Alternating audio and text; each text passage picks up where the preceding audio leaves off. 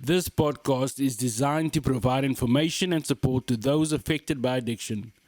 The information provided in this podcast is intended for educational and informational purposes only and is not intended as a substitute for professional medical advice, diagnosis, or treatment. Listeners should consult with their healthcare professional before making any changes to their treatment plan. The hosts, guests, and producers of this podcast do not endorse any specific treatment, medication, or course of action. Individual experiences with addiction and recovery may vary, and the information provided in this podcast may not be applicable to all listeners. If you or someone you know is experiencing an addiction related crisis, please seek immediate help from a qualified medical or mental health professional. The views and opinions expressed in this podcast are those of the hosts, guests, and producers and do not necessarily reflect the official policy or position of any organization. The hosts, guests, and producers of this podcast are not responsible for any errors or omissions in the information provided in this podcast or for any actions taken in reliance on the information provided. By listening to this podcast, you acknowledge and agree that you understand this disclaimer. Enjoy the show. Welcome back to another episode of Easy Does It, a podcast about changing your life, addiction, recovery, and methods you might approach and how to do that. If it's your first time here, remember to like and subscribe. You can also get the full audio podcast wherever you get your podcast from. And then the full episode would be on Patreon. Link will be in the description. But then the other thing that I asked was, do you think it got really bad for you and that's why you were that desperate? Because a lot of people talk about the gift of desperation, but what does it even mean? So what I want to ask you is, can you take me back to that last 6 months or so, that worst period, or that last month, and just tell me? Because I'm going to tell you now, some people are going to watch this and they're going to think, what does this white guy know? Right? Some people are going to watch this and think, oh, you never Yeah, of relapse. course. You might not actually Yeah. be an addict or an alcoholic. Some people are going to watch this and think that you had privileges that some of us didn't have. So, can you give me just a brief rundown of your life until the point where you had enough? Don't Not too long, because otherwise I can't interrupt you again. But just give me a brief rundown of what it was like growing Yeah. up as you, where you lived, how you lived briefly, and then when you stood with a drill, you know? Because I know that story.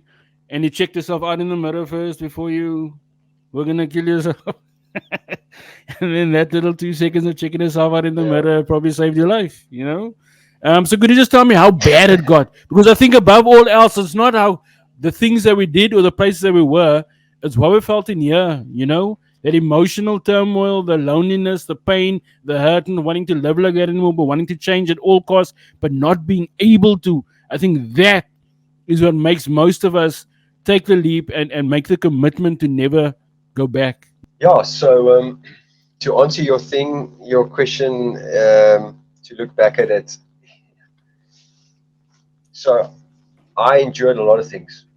Simple as that, man. And I also know what it was like to live in a caravan. Uh, so when you're talking about like that white privilege thing, that no. So I also knew what it was like to really, really struggle, and also knew what it was like to kind of just survive.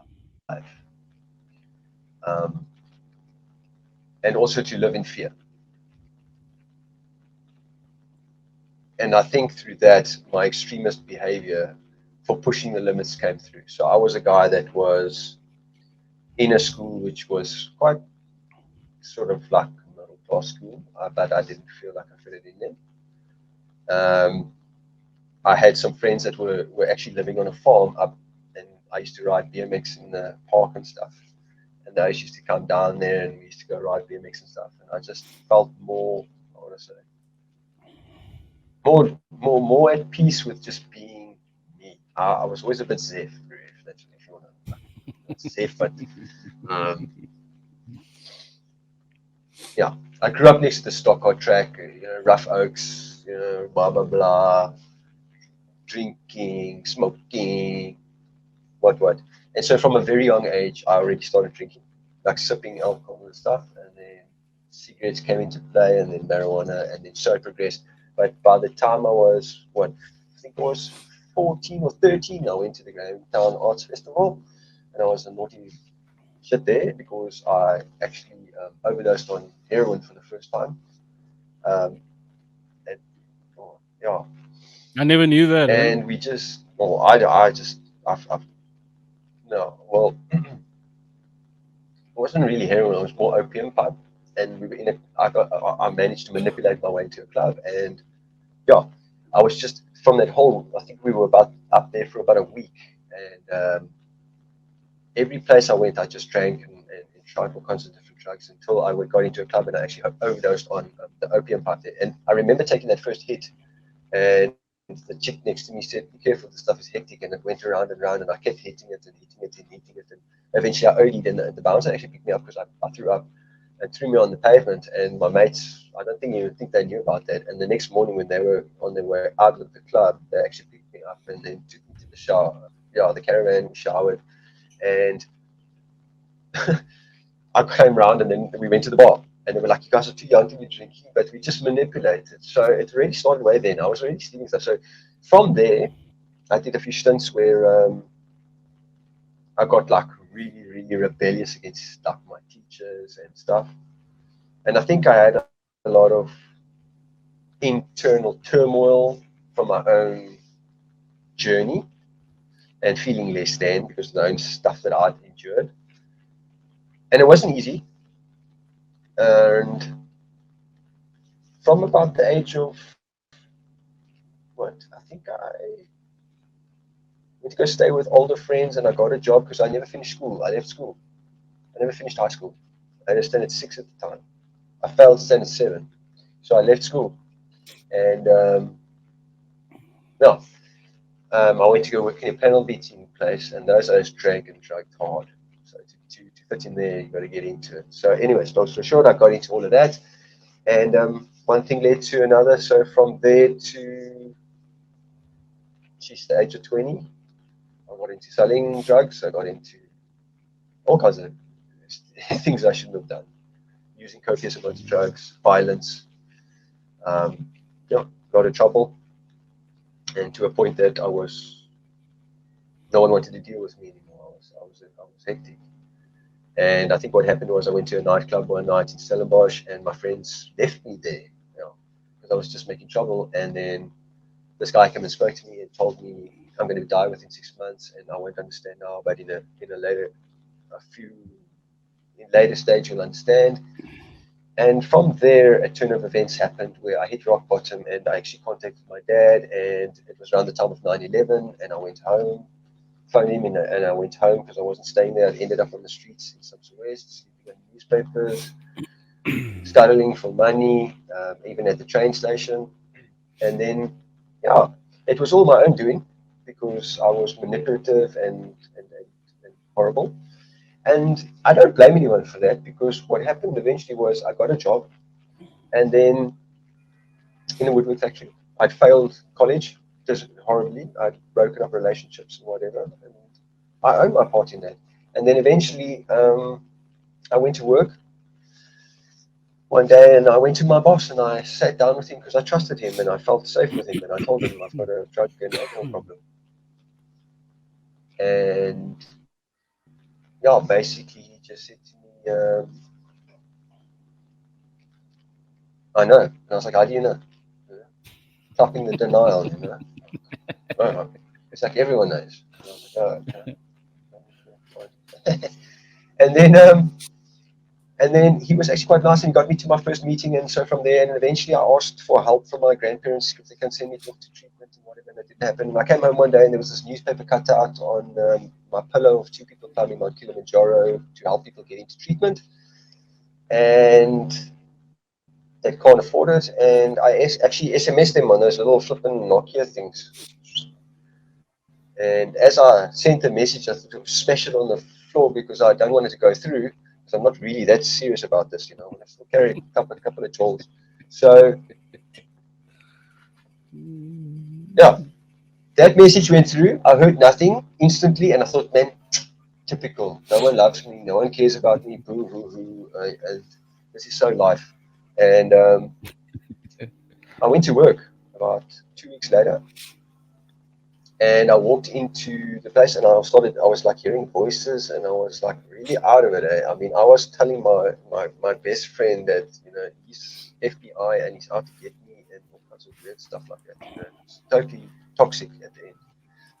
And my mind that was gone, my emptiness inside. And when I got to that work, I was so paranoid and stuff that I couldn't anymore. And I'd asked for help and nothing happened.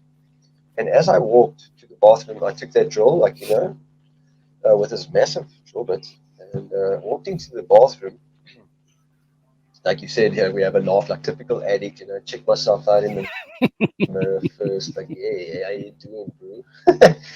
And then it's like, look past that, and then it's like, oh, like, it's just black here, It's like, there's no life in this dude. And I stood in front of that mirror and I was like, I'm going to take my life now. And I mean, what a weird way. The amount of pain that I felt from what I'd done to myself and everyone I cared about was inducing me to take a drill and to drill it into my brain. That is not normal. Like, I'm sorry, you can say what you want to, but that is like totally toxic, flipping psychosis. Right. So then I fell down on my knees, and this is not like you said. This what we're doing here. It's each for himself. But what I did was I fell down on my knees, and I burst out crying like a baby, like I've never cried before. And I think that was the gift of desperation. The snot clubbed out of me, as in, Mr. Tough Guy, I can fight, I can this, I can wheelie a motorbike and dance like a lacquer, wah wah wah. But in that moment, I'm crying in a way that the pain wouldn't stop. And I said, God, if there is a God, would you please help me? And I heard nothing. And then a few minutes later, my phone actually rang. And when I answered the phone, it was these guys and this lady that had climbed Mount Kilimanjaro to raise funds. And they said, we saw the desperation in your message. But he said to me in that message, which I've never actually mentioned, he said to me, had we have helped you 2 weeks before, you might not have been ready for this. So you had to get to a point. And he just said to me, don't kill yourself, whatever you do. I know it's shit, but it can get worse if you die. And I thought, how did he know this? And that was just, for me as an addict at the time, I was always seeking some form of, not deeper meaning in everything. And that was deeper meaning on a level of someone that would actually made sense that I wasn't clever enough to talk out of. That makes sense. So he actually had more wisdom and insight than me, and I was intrigued by that. And he said, hang in there for the next week. We're sending you off to treatment. And a few other people were involved in this as well. Rest in peace, because some of them aren't here now. And I went off with my little suitcase to treatment. And I walked in there, half scolly, half whatever, and handed myself over to this thing called a recovery.